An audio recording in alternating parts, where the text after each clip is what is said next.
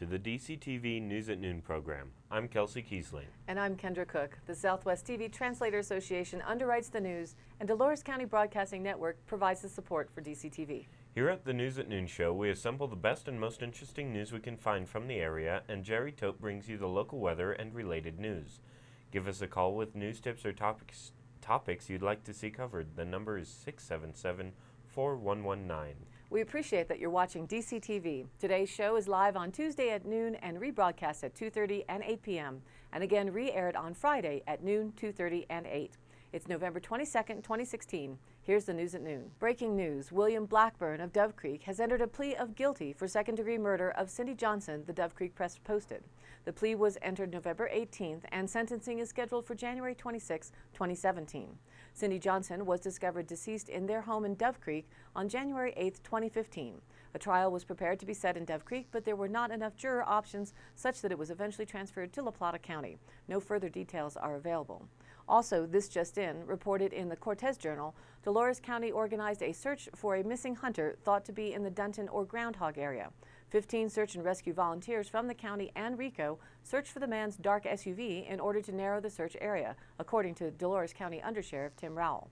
The missing hunter has not been heard from since Saturday, so Monday his father called worried that he had not heard from him, so we organized a search around 10 a.m. today, Rowell said yesterday. The missing hunter was in his mid-20s from Mancos. Searchers encountered on and off blizzard conditions and wet and slippery roads as they fanned out in vehicles across the vast area on Monday. Rowell said a helicopter or search plane might be brought in to assist with the search. Dolores County Sheriff Jerry Martin said today that additional assistance was found not necessary as the hunter was safely found that evening. Thank you to the RICO Rescue and Dolores County Search and Rescue volunteers. According to the Durango Herald, a 33-year-old Pagosa Springs woman died by suicide Friday night at the Detox Center run by Access Health System. Amanda Christensen was found shortly after 5:30 p.m. in a showering facility at Detox, 1125 Three Springs Boulevard, said La Plata County Coroner Jan Smith.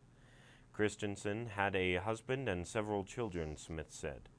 Access Health System is a nonprofit that provides mental health and substance abuse treatment to the 5-county region in southwest Colorado. It operates a detox and acute treatment unit at its Crossroads building in Grandview. Detox is a secure residential facility near Mercy Regional Medical Center. People who are taken there typically stay one night and have access to meals, restrooms, and showers. Access Health has taken precautions to prevent suicide in its secure facilities, including installing shatterproof mirrors, breakaway towel racks, and breakaway shower rods, said Bern Heath, CEO of the agency. It also screens clients for depression and suicidal risk and has 2 safe rooms with cameras that are monitored every 15 minutes. Heath said he could not comment about specific care Christensen was receiving. This is the second death and first suicide in the 16 years Heath has been at Access, he said. The other death occurred a few years ago, and it was a result of natural causes in the detox unit. He reminded residents that it's always better to confront people or report instances of concern if someone talks about harming themselves or taking their own life. It's always possible the person didn't mean anything by his or her comments, but it's better to inquire than to have somebody try to take his or her own life, Heath said. The Dolores County Hazard Mitigation Plan update is now available for review before being finalized. The plan includes an updated strategy to reduce damage and losses caused by hazard events. The purpose is to provide information to stakeholders and the public on the Dolores County Hazard Mitigation Plan update, as well as gain stakeholder public input.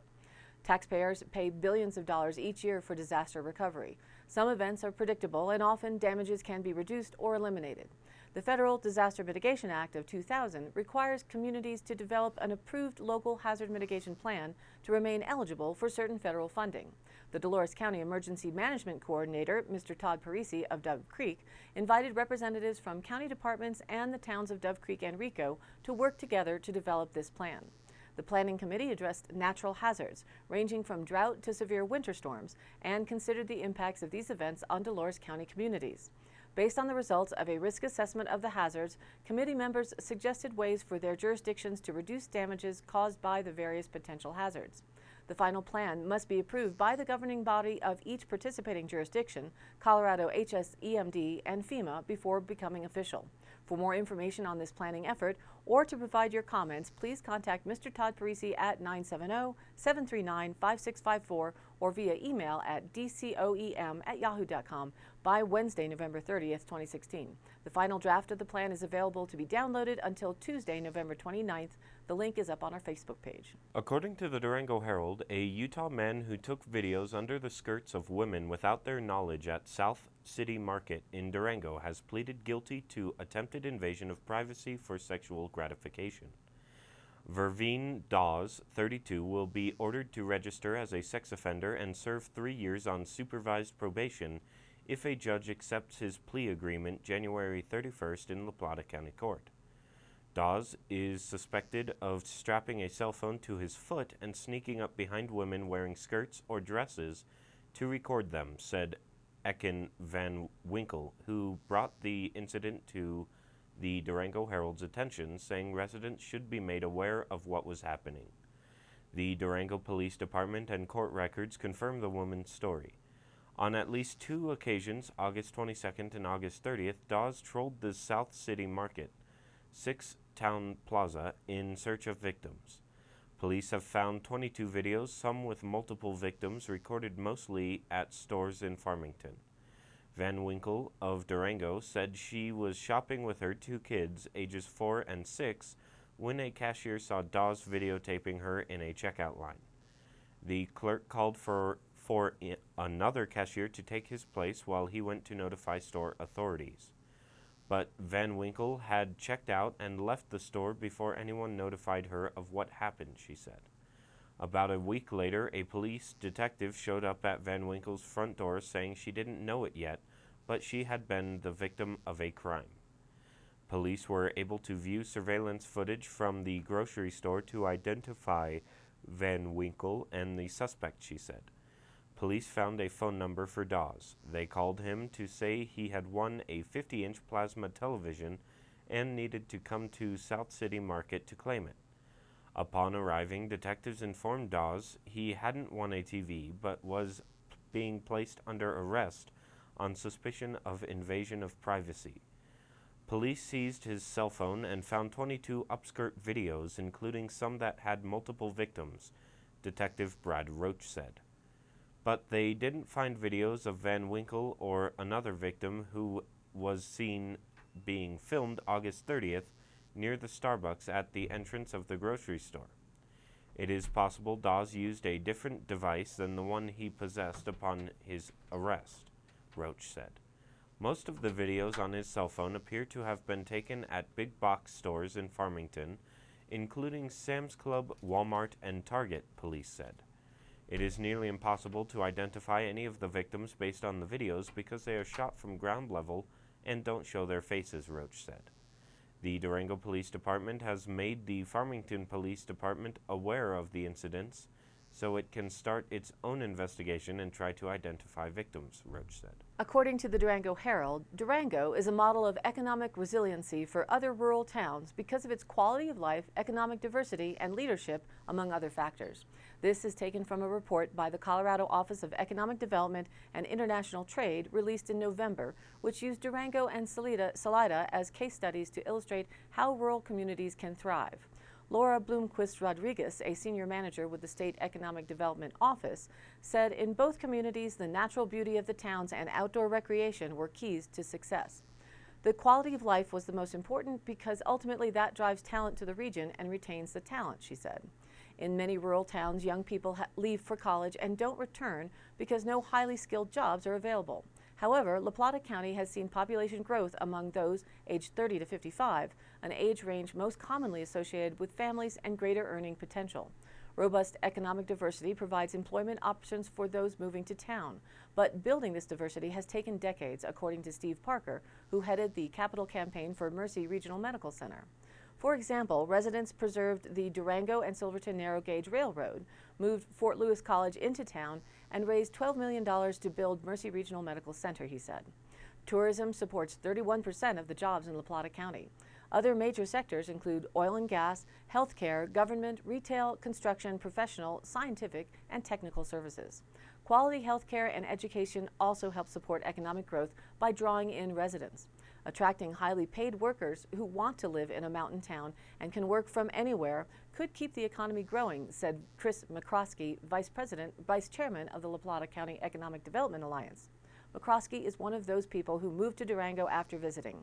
From Durango, he now runs his Texas-based business, Idea Loop, a website and brand development company.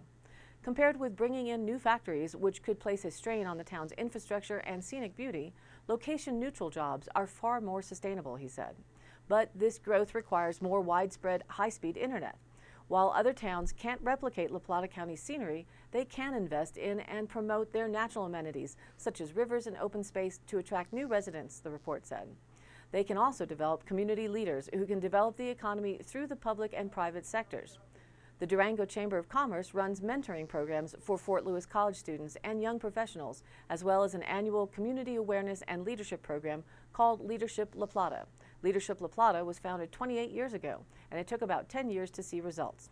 While identified as a state model, Durango's economy faces housing and labor shortages, the report acknowledged. The housing shortage forces workers to commute farther and farther, creating additional household expenses, said Jack Llewellyn, Executive Director of the Durango Chamber of Commerce.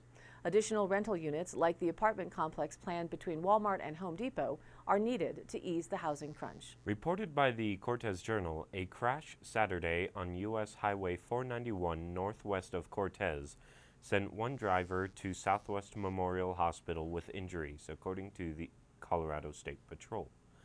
2 semi-trailers and a sedan were involved in the crash, which took place about 6:52 p.m. Saturday near the highway's intersection with Montezuma County Road M, CSP Sergeant Rob Madden said. The driver of the sedan, a 40-year-old man, was transported to Southwest Memorial with injuries, but he was alert, Madden said. Crews closed north and southbound lanes of US 491 for about 2 hours after the crash, reopening the road about 8:45 p.m. A hazmat team was called to the scene after crews initially thought there had been diesel fuel leakage, but it was determined that no diesel fuel had spilled, Madden said. There was no evidence that alcohol was a factor in the crash. And now here's our weather report. Expectations in the lower valleys yesterday. It was all rain instead. If I'd had a choice, that's what it would have been. One source says 3 inches fell on the Blue Mountains. Purgatory reported 10 inches of new snow yesterday, which is mid-range of the 8 to 16 forecast. And so far, measurements across the San Juan Mountains and Grand Mesa have run between 8 and 14 inches. The National Weather Service says that dry weather tonight and through the day for Wednesday is the plan, but that another ridge will arrive Wednesday night and Thursday. This one will be felt more in the northern and central mountains of western Colorado and not here. Snow is forecast for the Park and Gore ranges as well as Vail Pass Wednesday night and Thursday. A quick 5 to 10 inches is possible in those areas as of now, but keep watching reports if you will be traveling that way. By Thursday evening, a dry ridge will replace the wet one leaving there. As for Dove Creek in our southwest corner, some clouds will be passing over, but no more moisture is expected for the rest of the week. Well, I promised to take a guess today on the best weather place to be on Thanksgiving Day today, and I'm going to go with right here in the Four Corners. The wintry weather in the eastern U.S. will dissipate some going into the middle of the week. Heavy snow over upstate New York, with some areas getting over 20 inches of snow over the past 2 days. Some snow showers will dawdle over that area. Another cold front will reach the west coast this evening and bring moderate to heavy rain to central California and Washington state. Heavy snow is likely for the Cascades and eventually the northern Rockies as the moisture moves further inland. That's the one that we spoke of in the regional forecast affecting the Vail Pass area Wednesday and Thursday. A surface low developing here in the lee of the Rockies, think eastern slope, is forecast to track across the central plains, moving towards the Great Lakes by Thursday morning. This low and its frontal boundaries will generate widespread showers and thunderstorms from the Ohio Valley to the Gulf Coast. This system will cause some strong to severe storms across the southern and central plains. To the north, across the Dakotas, Minnesota, Wisconsin, and northern Michigan, wintry weather is likely with mixed types of precipitation along the frontal boundary. High temperatures for the next 5 days are forecast to run from the mid-40s to the lower 50s, and lows will run mid-teens to the lowest 20s. Some mild winds and some clouds, but no real moisture is expected for the rest of this week for the Four Corners area. Now back to the news. This by the Cortez Journal. Montezuma-Cortez School District officials on Tuesday discussed a tentative timeline to tear down the retired high school, just a week after voters approved a referendum allocating $1.8 million for its demolition. RE1 Director of Facilities and School Safety, Jamie Hockness, speaking at the school board meeting on Tuesday, said bids for abatement and demolition would be put out next month. Referendum 3A was approved in the November 8th election, 5,358 to 3,078, passing with 63.51% of the vote. I couldn't be more thrilled, he said of the vote. Demolition design has been completed, he said. Abatement, the first phase of the project, includes treating and removing friable asbestos, which remains in some of the walls of the old building. Jamie Hockness said he hopes to begin the abatement process in January, but that the complex process could take 4 months. His best-case scenario is to finish abatement by February and start demolition immediately afterward. However, he said abatement likely will delay the demolition until spring or early summer. Jamie Hockness also told board members he was meeting with Montezuma County officials this week to discuss a discounted rate for dropping off demolition debris at the county landfill. RE1 officials also will ask the state to apply $418,000 from the Building Excellent Schools Today grant program toward abatement and demolition. Superintendent Lori Hockness also said she was glad to move forward with the project. Carnegie Mellon University researchers calculated the carbon footprint of a typical Thanksgiving feast. Roasted turkey stuffed with sausage and apples, green bean casserole, and pumpkin pie for each state. The team based their calculations on the way the meal is cooked, gas versus electric range, the specific state's predominant power source, and how the food is produced in each area. They found that dinners cooked in Maine and Vermont, states that rely mostly on renewable energy, emit the lowest amounts of carbon dioxide. States that use coal power, such as Wyoming, West Virginia, and Kentucky, have the highest carbon emissions. Food production, how the food is grown or raised, and meal preparation, how the food is cooked, both contribute to the carbon footprint. They broke our dinner down into its separate dishes and then broke those down into individual ingredients. Each ingredient was tracked for its carbon emissions from farm to fork. Production and preparation contribute about 50 pounds of carbon dioxide, but it varies from state to state, house to house. So says Paul Fishbeck, professor of social and decision sciences in the Dietrich College of Humanities and Social Sciences. Further examination showed high variability among similar stove types in different states. For example, cooking a 16-pound turkey in an electric oven in coal-dependent Wyoming emits 32 pounds of carbon dioxide. In Maine, cooking the same turkey in the same oven, but with electricity generated primarily from renewable energy, releases less than 3 pounds of carbon dioxide. Generally, using gas ranges to cook leaves a smaller footprint than electric ranges. But the team found that does not hold true for 11 states whose primary sources for electricity are renewables and nuclear power. In related business, turkey traveling or traveling to celebrate Thanksgiving only worsens the problem. Bringing relatives into town can easily double the carbon footprint of the meal. This is from Orchi Banerjee, a sophomore majoring in decision sciences. American cars emit close to 1 pound of carbon dioxide per mile traveled. If your guests collectively drive more than 180 miles round trip, it may help the environment if they stay at home and cook their own meal. Try not to use this as an excuse for your attendance or whom you invite, maybe. Flying is completely a different story. 4 people who fly 600 miles round trip have a carbon footprint 10 times that of the average prepared Thanksgiving meal before they even sit down to the table. Fishbeck noted that this does not mean he thinks everybody should stay home or shouldn't enjoy a home-cooked meal. It's important to keep things in perspective. Yes, the carbon footprint of our Thanksgiving is larger than the average meal, but compared to all the environmental lifestyle decisions that an American family could make, these are very small potatoes. Fishbeck also says, and so do we, to eat in moderation, spend time with your friends and family, and travel safely. But whatever you do, don't replace your turkey with roast beef. That could easily double the footprint of your feast. According to the Cortez Journal, Mancos Planning and Zoning Board members endorsed special use permits for alpaca rafts and a doggy daycare, as well as regulations for accessory dwelling units at their meeting November 16th.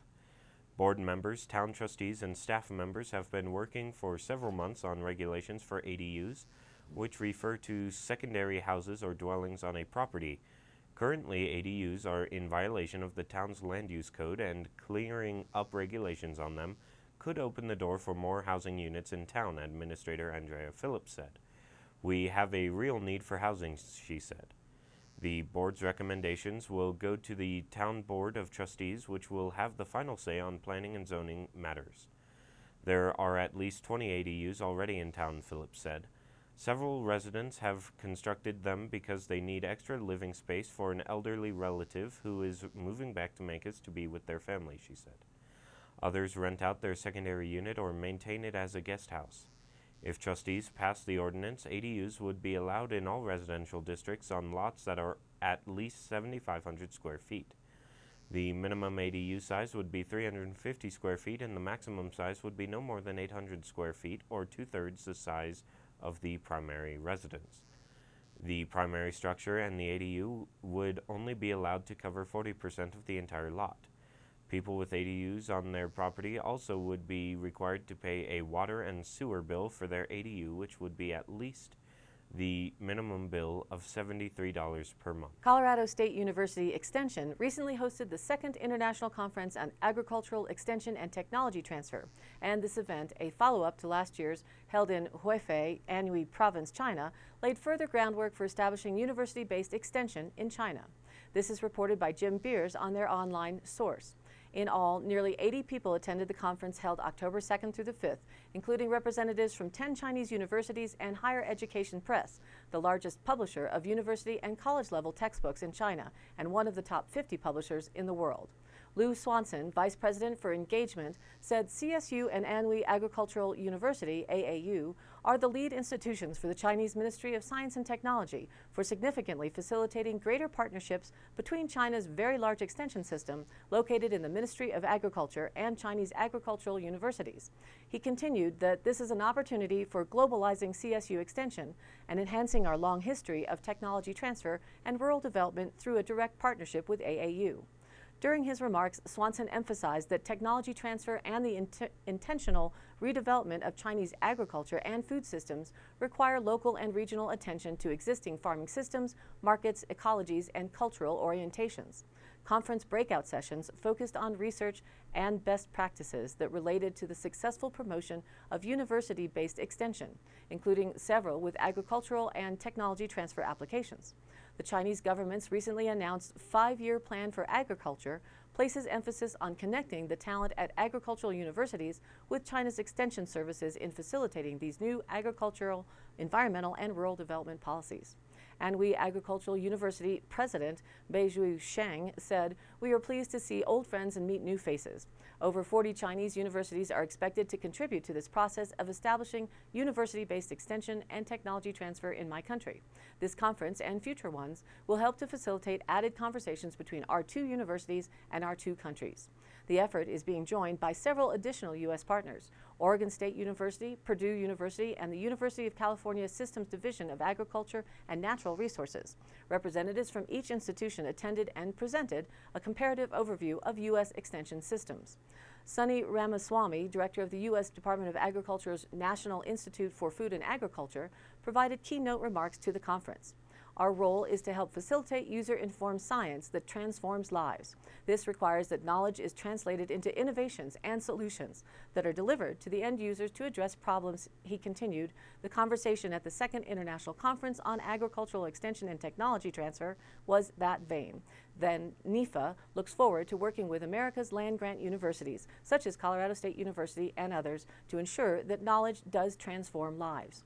Conference attendees had the chance to visit one of 2 Colorado Extension offices in Boulder and Adams counties, where Chinese travelers experienced an Extension office in operation and learned about programs, staffing, funding, and how each office works with their county government.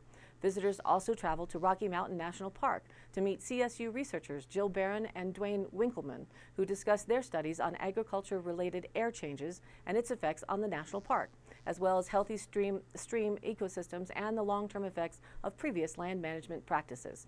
There will be a sustained commitment on university-based extension in China from CSU for decades to come, according to Swanson. There's an opportunity to combine resources and talent to create sustainable methods of food production, food systems, and food availability, affordability, and security, he said. The annual conference will move to a yet-to-be-determined location in China for 2017. And be sure to stay tuned for a special Talk Tuesday with Dan Fernandez following the news today to hear about his recent trip to China in conjunction with this CSU joint venture. And now for the Dolores County Sheriff's Roundup for last week. A resident reported a suspicious vehicle that was in the driveway and left abruptly once noticed. A deputy responded and was unable to find the vehicle. Be a good neighbor and active observer. Report any suspicious activity to the sheriff's office. A resident from another jurisdiction was receiving harassing contact from a town resident and requested assistance. A deputy responded and asked the resident to not contact the other party. A motorist on Highway 491 reported a reckless driver heading into Pleasant View. Colorado State Patrol was contacted.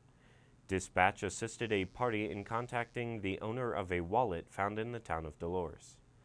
A report was made about a break-in and vandalism to a residence in Rico. Deputies are investigating. A resident requested assistance reporting a fire hazard to the county. The information was relayed. A deputy successfully performed a vehicle unlock for a customer of a town business. A welfare check was requested for an elderly male motorist who had hit a deer and damaged their radiator. A deputy helped make temporary repairs to the vehicle and then escorted them to the National 9 Inn. That's it for today's Roundup. Stay tuned for continuing updates. For today's High Country happenings, Friday, November 25th from 9 to 3:30 will be the Clothesline Project at the Second Chance Thrift Store at 96 Central Avenue in Dolores. The project raises awareness of domestic and sexual violence and is used as a method to help survivors heal. No cost to participate. Come and decorate or embellish a shirt for our clothesline, they say. All materials will be supplied. Survivors and those who care are encouraged to participate. For details, call 970-565-4886. Next Thursday, December 1st, at the Sunflower Theater in Cortez, the special called A Cowboy Christmas will be presented featuring Barry Ward, Mark Baker, Donnie Johnson, Lindy Simmons, Kit Schmidt, and Kevin Clark. Tickets are $8 pre-purchased or $10 at the door. For more details, call 970-516-1818 or visit them online at sunflowertheater.org. And later in the month, coming up on December 13th, there will be a benefit dinner and silent auction for Jennifer Gleason McDonald. It starts at 5 p.m. at the Cortez Elks Lodge. $5 for Frito Pie dinner with silent auction items and musical entertainment. Jennifer is in dire need of a surgery to repair her kidneys and rid her excruciating pain. If you can't attend but would like to donate, there is a GoFundMe site linked up on our Facebook page. And just a note that the Montezuma Water Company's office will be closed from today, Tuesday, through Sunday, opening at their new location at 28024 Road T. If you have an emergency, don't hesitate to call them at their emergency line 970-759-2272. The new office is on the southwest side of Highway 145 and Road T. All of the happenings are posted up on our DCTV News at Noon Facebook page, along with the embedded YouTube replays of the live show and the DCTV 5-day forecast. Email us at dcbnnews@gmail.com or call the station at 677-4119 and we'll be sure to get your news right on the air. Thanks for tuning in. A reminder that this program is aired live at noon Monday through Wednesday, then rebroadcast at 2:30 and 8 p.m., and again aired Thursday, Friday, and Saturday in the same order at noon, 2:30, and 8 p.m. each day respectively. And again, be sure to check us out on our Facebook page with original stories and all of the event details. Please like us there and share the link. And stay tuned. Directly following the news is Talk Tuesday with in-studio guest Dan Fernandez to talk about his recent experience in China. For Kendra Cook, Jerry Tope, and everyone at DCTV with the News at Noon program out of Dove Creek, USA, I'm Kelsey Kiesling. Thanks for watching. Hi, welcome back. We kept you in suspense, but it's worth the wait. Today's Talk Tuesday, we have Dan Fernandez, who used to work with the CSU Extension Office, and he was director for our branch. And he went to China on a recent trip, as I described in the earlier broadcast. And we welcome you to the studio, and thank you for coming. And let's share some of the information of what was your experience there, and what were you doing?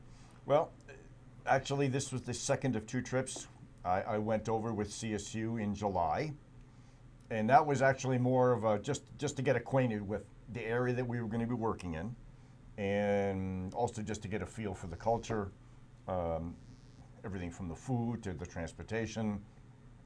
And then, of course, we met with a lot of the, from Anhui University, we met with a lot of the researchers, both from the Ministry of Agriculture and then down at the university level and down to some of the local extension offices. I think the one thing that was quite amazing was this province only has 60 million people. So we were trying to wrap our heads around, I mean, how can you develop an extension program where if you had a workshop, you probably would have enough people to fill a small sports stadium. So these are the things that we were trying to understand. We were also trying to understand what the Chinese wanted. Even though they've had all these high-level discussions and talks for 3 years now, for several years, it wasn't clear to us as we got on the ground and started discussing a lot of the issues. Everything was through translators, by the way, everything. It became quite apparent that we were not sure, at least on the July trip, exactly what they wanted. But then when we went back in October and after the meeting at Fort Collins in early October, it started to crystallize exactly what they needed. And based on our discussions, it seemed pretty apparent that they wanted to emulate our system to a large degree. And that's how a lot of the discussions circled around that topic. And and funny, it was especially dealing with performance, how people were evaluated. They even went into pay scales, how the office physically ran. I mean, we were discussing, somebody comes in the office, how do you deal with them? I mean, it came to that point. So very detailed. Yeah, it got to be pretty detailed, yeah. And in all of our conferences, especially when we're at the university level, we could have a couple hundred people in the audience, just, and then we would present, and then they would ask questions. And so they have already had an extension system in place, and they're modifying it, or is it brand new? And they have, I think their definition of extension and our definition of extension is not quite on a par. They understand the concept, meaning information transfer. But I think their issues is that there's some gaps. Basically, ours is we disseminate research-based information to the general public. Their research and then their dissemination of that research, there's kind of a gap there where they help local people, but it's not like us. Not the same accessibility. Yeah, by far, it's not the same accessibility. They have a tendency more, at times, this is the way it is, that they sometimes, we're not understanding how we work with regards to when we have cooperators. When we have a cooperator, we work with the cooperator. We don't tell the cooperator how to operate. So, there were a lot of issues like that. And I think by the time I left, there were two retired agents, and we were considered the advanced team for this whole thing. So once they sent us out into the field, and then we started visiting a lot of these centers, we started getting a slightly better picture even though their system is incredibly bureaucratic. The state is everything. Well, yeah. You start with the state, who dictates to the Ministry of Agriculture, who then dictates to the province, who then dictates to the local university, who then dictates to the town, if there's a town involved, and then it gets down to the local extension people. And again, they kept showing us what they considered as research plots, but we never would have considered them research plots. They were more of what they call research, to a large degree, is more demonstration. And then their entire system is based on merit. And the one thing that was really striking was that when they were talking about research, every bit of research had to be successful. If it wasn't successful, it wasn't research. Well, no, it was. They wouldn't get a. They would not be. It was not considered for merit. It wasn't considered for advancement. Actually, it would work against you in their system. So that was one thing we found pretty remarkable. In that, here they are doing all this work, but it had to show success, which means that doesn't happen in research all the time. So we kind of just left that issue there. We understood what they were saying, and it was just something that kind of took us by surprise as we were starting. As we spent more time with them, they were kind of opening up, understanding that it's a communist country. Many times when we went to dinners, and every dinner and every lunch is a banquet. I have the photographs. We have a bunch of photos Yeah. that we'll be putting up behind. Okay. All right. And Russ, and I'll just tell you when to switch right now, but every meal was a banquet. They are incredible hosts. That was one thing that was striking. In fact, a lot of times, whenever we were moving from place to place, they didn't want to let us even carry my briefcase. They kept pulling them, saying, "No, we must carry these for you." And I kept saying, "No, I don't. I carried my bag for me." So, very, very, very accommodating. Everywhere we went, there were banners welcoming us. There were gifts. Every time we turned around, they were giving us 15 different types of tea in very nice, beautiful containers.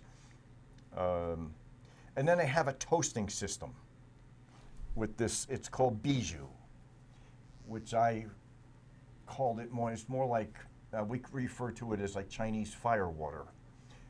And this stuff was really potent. And the Chinese just have this thing about toasting. You'll start to eat, and then they'll stop everything, and everybody walks around, and they toast, and they toast, and they toast. And first they start off with these little tiny things, and there's probably not even about a quarter of a shot, which is really, even that'll clear your sinuses out. And then they have a tendency to get a little bit more aggressive. And of course, as the Americans there, they wanted to see if we had the ability to drink. So every lunch and every dinner was a contest to a certain degree. So now. What is this a photo of? This is a photo of the famous terracotta warriors. Of course, yes, the lines. In the background, yes. And this was actually found in 1984. A farmer would just happen to fall through into this, and they started excavating it. This was the original one that they found. And now, when I was there in 1986, so I had a chance to see some of the initial excavations. And when we went back in July, we had a chance to see this, and there are now 3 pits that they're excavating, and they estimate that there's 20 or 30,000 of these warriors. Each one is individual, has an individual face, and they believe that they were actually made to the likenesses of the People. of the members of the military. So this was really, really quite remarkable. And they're still excavating. I mean, they have a long way to go, but it's a major tourist center. In fact, when we were there were, and this is not an exaggeration, there must have been well over 100,000 Chinese that were here. It was so packed, we had a hard time even moving around the entire facility. Okay, Now this photo, this is a shot of, I believe this is Tiananmen Square. But the one thing I want you to see in this photo is the smog. It was, and I am only, there's actually a picture of Chairman Mao in the background. I think you can just see it over my shoulder. I'll get this right. Over there, yeah, it's right there. That's Chairman Mao in the background. I'm not even, I'm maybe a couple hundred yards, and you can see how dense the smog is just from a couple hundred yards. My eyes were burning. It was very uncomfortable, especially in July. It was very uncomfortable being there. The heat was oppressive, which actually ended up when we went here in October. That July heat apparently caused a lot of damage countrywide to a lot of their crops. Yeah. Their corn crops, their rice crops, a lot of their vegetable crops were significantly damaged because they had 50 days of 100+ degree days. And it really caused a lot of damage to their cropping systems. So, how long would you estimate it would take for any of this to actually take off there? You mean the extension? Yes. Well, okay. They already have the basic mechanisms in place. Mm-hmm. They showed us some incredible newly built extension centers. I mean, extension centers that were 200 rooms, that had labs, that had floors of labs on top of labs on top of labs, and then all the research land surrounding it. When I went there in October, they showed us these buildings. But then when I went back when I was there in July, they showed us the buildings. When we went back in October, I don't think anything had happened. And we were starting to wonder if they're outpacing themselves. Meaning they're building all these buildings, yet at the same time, they do not have the staff. I mean, you're talking about something that'll hold several thousand people. That's how big these things are. And we're saying, well, where are they going to get the staff? Where are they going to get the expertise to man these centers? Yeah. And that was, we asked them that question, and they said, well, we'll get the people. So I don't know how that was going to work, but that was a start as for developing their extension process. And I think they understand to a large degree how difficult it's going to be to have an extension office deal with their local populace one-on-one because of the massive population. And what they were more interested in, as we were leaving, they actually said this, they were thinking it would be better if we developed what they call a train-the-trainer program, where they bring in local representatives from the different villages or the different collective farms, train them to then work with their farmers, understanding that there's no way with 60 million people in just one province, how they could eat, how they could do anything of any significance and have an impact. That makes sense. But that's what they were talking about when we left. So, Is here some more fog or smog? this was our first day in July, and this is Shanghai, and it looked apocalyptic when you saw this. I mean, there was this red glow. That was the smog. Again, horrible smog problems in China. Pretty much until we got way out into the countryside is when it finally lifted. But it is a significant issue. Yeah, that's insane. Yeah, move this way. Okay, that is I think this is the Summer Palace. Again, the Chinese, for whatever reason, they have maintained the Summer Palace, they have maintained the Forbidden City. We'll have another shot of the Forbidden City. But a lot of the older communities, we noticed in many areas as we were traveling through, and we'll see a shot here of the apartment complexes. This is the entrance to the Forbidden City. I'm right in the middle of the photograph. So they have done a very good job of maintaining this. This is where I guess the dynasties ended sometime around right around World War I is when the dynasties finally ended. And so they've maintained this. But some of their more rural heritage, they're destroying. I mean, they're bulldozing it down and building these apartment complexes. With not people in them. At this point.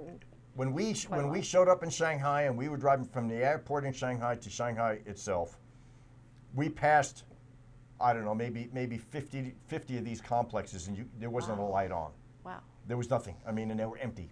Now, most of these are 32-story high. That's because they're made out of concrete, and that's their limit, engineering-wise, of how much they can build in concrete. After that, it has to be steel. And we did see some steel, but we saw thousands as we would try, and I'm not exaggerating, of these complexes where you'd see 20 or 30 of these 32-story buildings. So basically what they're doing is they're moving people out of the countryside into these complexes. Which is sort of the Agenda 21. Well, that's the agenda, but it's also interesting because they were concerned about what's going to happen with the young people in farming. Right. As we're worried about. They had the exact same concern that we did. You know, they were surprised when I told them that Dolores County, the average age of a farmer was 61 years old here in Dolores County. Right. And they were saying, well, you know, we're dealing with some of the same things.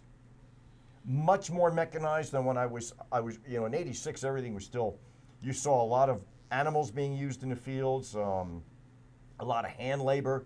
You're seeing more mechanization. I think that was the one thing that I did notice. Do you notice more John Deere or Mahindra, or as far as tractors? You know, we saw some New Hollands. We saw a lot of Russian tractors, Russian made, Chinese made. Sure, The Chinese cars. I mean.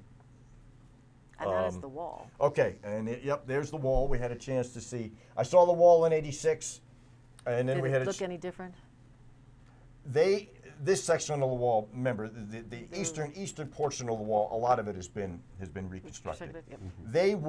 They had been contemplating that, and they're slowly doing this. They're slowly rebuilding the wall as part of their heritage. I mean, this is something that's very important to them, but that's a monumental project. I mean, this wall crosses some of the highest peaks in China, and They say that bones of some of the workers are perhaps embedded in the. they're in the rubble. In the rubble. Well, actually, remember that it's rubble in the center, and then it was all bricked up, and that was actually done in the 1600s, I believe, by the Qing dynasty.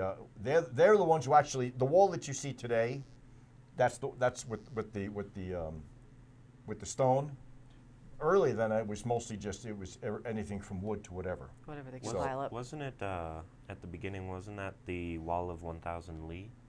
Isn't that what it was called before it was improved? I think. I don't know. Yeah, it was. What we see now was the later improvement. And the watchtowers. Basically, one thing that they did have, those towers that you see basically were signal towers, and they were telling us that from one end of the wall to the other. Oh, and I don't remember the time it would take for them to get a signal across, but it was remarkably fast for that time. And so it was quite it's quite the engineering feat, and it's not visible from space. Okay. Everybody keeps saying it's visible from space. It is not visible from space. Okay. The Panda Center. This was in Chengdu. This is the Panda Rearing Center. They had about 500 pandas here. Pandas, as you know, are very much an endangered species, mostly because in China, you know, some of the land where the pandas would need to support living in the wild is limited. They also only eat a certain species of bamboo, so their diet is very limited. Their access to that type of bamboo is limited. So this is why they're trying to reintroduce them into the wild, but at the same time they're trying to conserve areas so they can make sure that they have the proper bamboo. And Jesus, there's like 60 species of bamboo, but their diet consists of just a couple of them. So we saw little tiny pandas, we saw big pandas. It was technically, I guess you could call it like a zoo, but it was. You could see where the research was being done. This was serious stuff that they were doing here, and they take this very, very seriously. This is their national animal, and they're very proud of this. And the paddocks that each panda, as they get older, will have their own paddock, and then they have a facility that when it gets really hot they can go into. There was air conditioned, and they're properly watered. And anybody who is walking within the pandas themselves, they're in. Protective gear to keep their germs away from. Yeah, protective gear. It's surgical suits and masks. I mean, it was, especially with the younger ones. as we saw some real tiny ones and they were trying to move them around. And does the basic population also wear masks like we see on television reports from Japan and other Asian countries? As we got into the cities, yeah, we saw more and more people wearing the masks, and it's mostly because it just the pollution is just oppressive. Yeah. And so you did see that a lot. Some people have just, I think, have just given up. But Can you give us some concept of farm sizes, acreages, where they are, where they're going? okay, each area had a collective farm, and that could be probably up to several thousand acres. But in their system now, they have allowed anywhere from about what we would consider about an acre to an acre and a half they would give to each member of their collective farm. And then that person had the ability to do whatever they wanted with that. And that's where you saw the super intensive agriculture, where they would grow this they would have 50 different types of vegetables in this 1 acre and a half. And they would either use that for personal consumption or they would use that for selling. They would try to sell it. So everywhere you went, you'd see people either trying to sell this stuff, the food or the vegetables that they were growing, or that they would use it for themselves. It looks successful economically for the family. Oh yeah, the only problem is some of the larger farms really took it on the chin with that heat, that hot weather. That hot weather was really severe, and now, based on when we went back in October, there are certain shortages right now.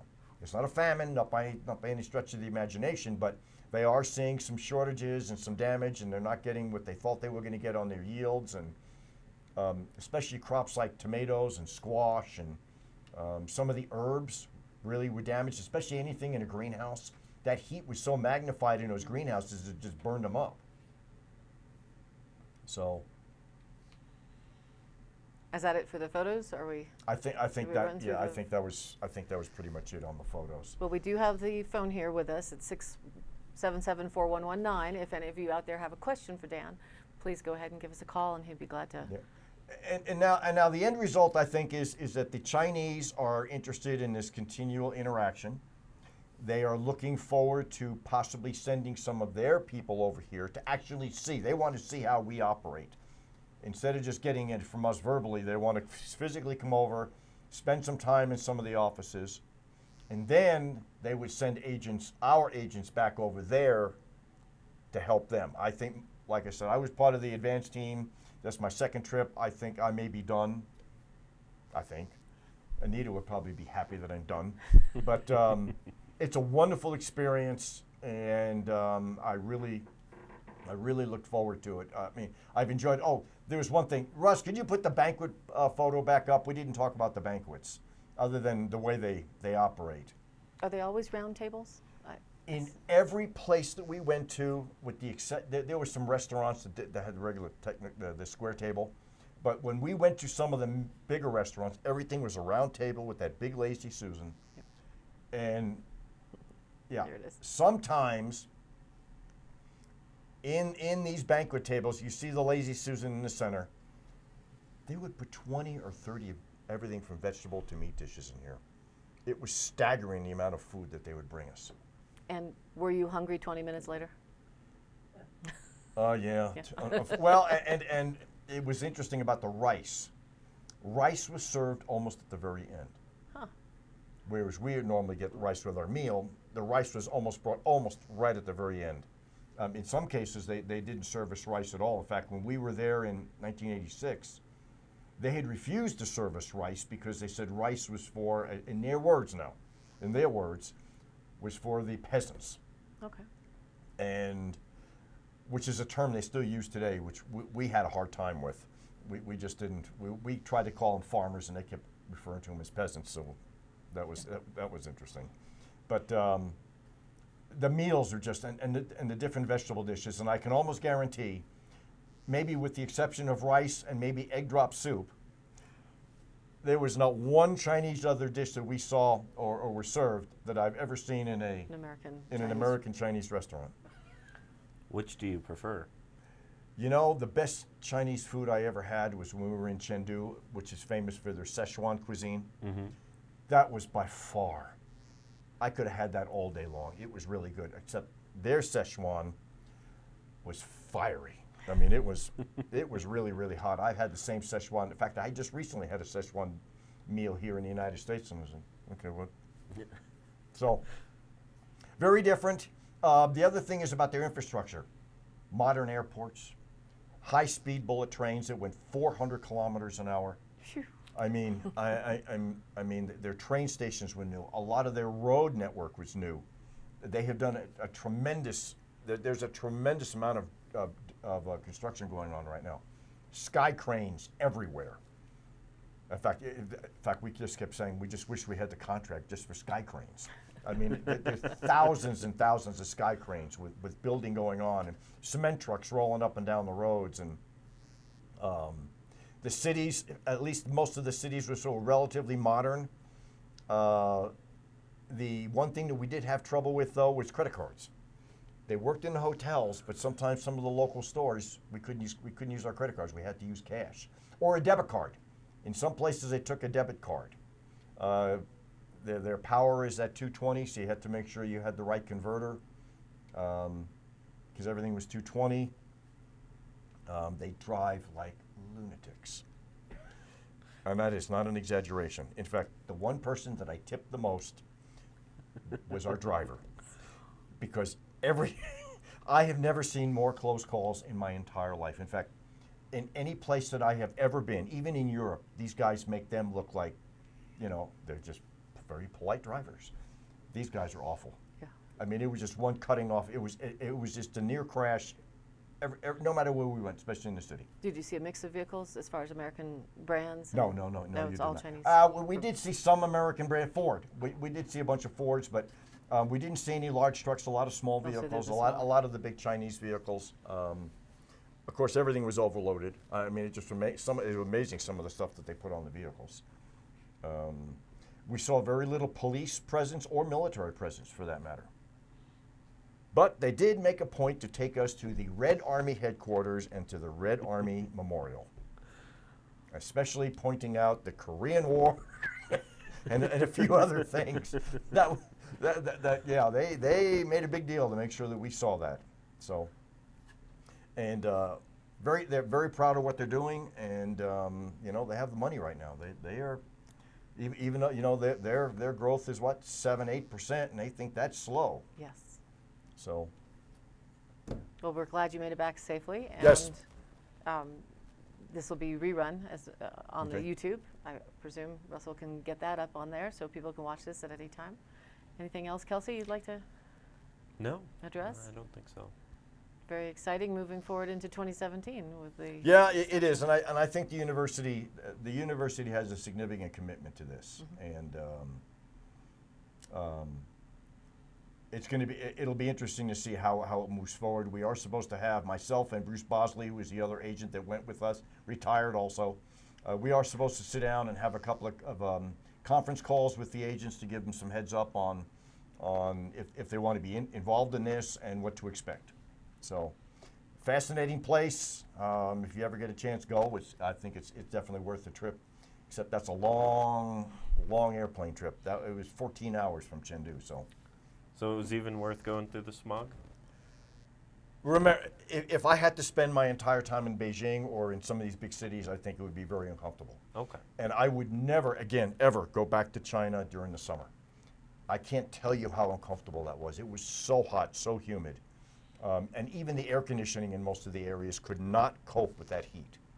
And mind you, this is heat that they're not used to. Yeah. This was even bad for them. So fall or spring, I think, would definitely be good times to go to China. And fascinating place, very accommodating people. They love taking our photographs. Everywhere we went, everywhere, people just wanted to pose with us. They would stop us, can we take a photograph? And we'd just stand there and just total strangers. So. Well, if you have some more follow-up in the upcoming year, we'll be sure to track that for DCTV. Okay. And appreciate you coming and appreciate everybody watching out there. And we'll see you next week with more News at Noon on Monday. Thanks. Have a happy Thanksgiving.